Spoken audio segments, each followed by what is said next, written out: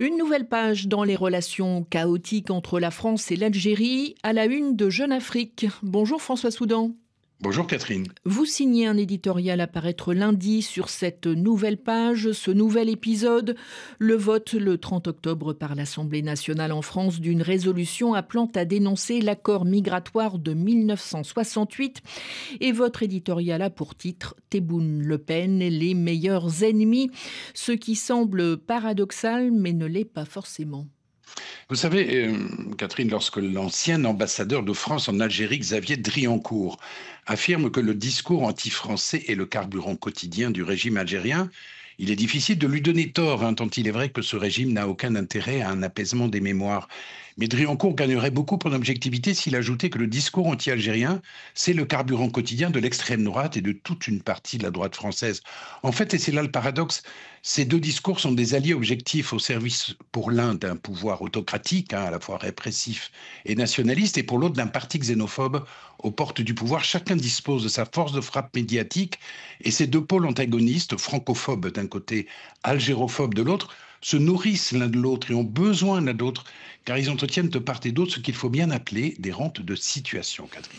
Et l'adoption de cette résolution par l'Assemblée nationale a suscité en France d'innombrables réactions, vous le disiez, commentaires dans les médias, et vous y voyez ce que vous appelez un torrent d'hostilité décomplexé à l'égard de l'Algérie.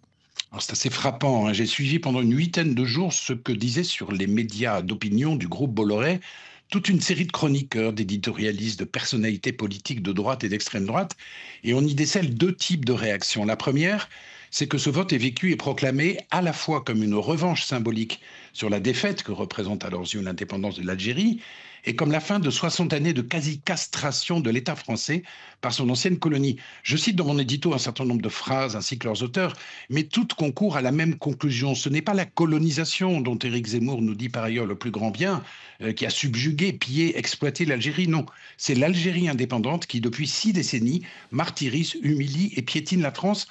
Comme le dit la journaliste Laurence Ferrari, le temps de la soumission doit finir.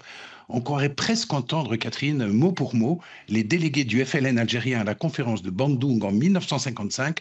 On nage en plein sophisme.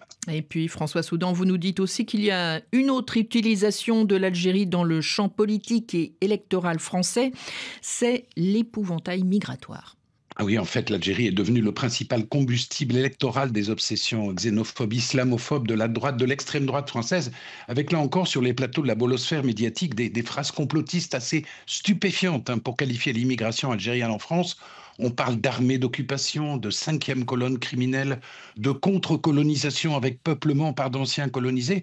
Il s'est même trouvé, Catherine, un écrivain prolifique, Richard Millet, pour ne pas le citer, pour faire appel à une fausse citation de l'ancien président Boumedienne, algérien Boumedienne, un fait venimeux qui circule chez les adeptes du grand remplacement depuis des années et qui dit ceci: « Nous gagnerons par le ventre de nos femmes ». Boumedienne n'a jamais prononcé cette phrase, mais tout ce qui peut conforter la phobie d'une invasion arabo-musulmane de la France est bon à prendre. Et comment s'étonner, Catherine, face à un tel pilonnage médiatique, que 74% des Français approuvent la dénonciation des accords franco-algériens dont la plupart ne connaissent que ce qu'en disent ses commentateurs. Merci François Soudan. Votre éditorial est à lire à partir de lundi sur jeuneafrique.com.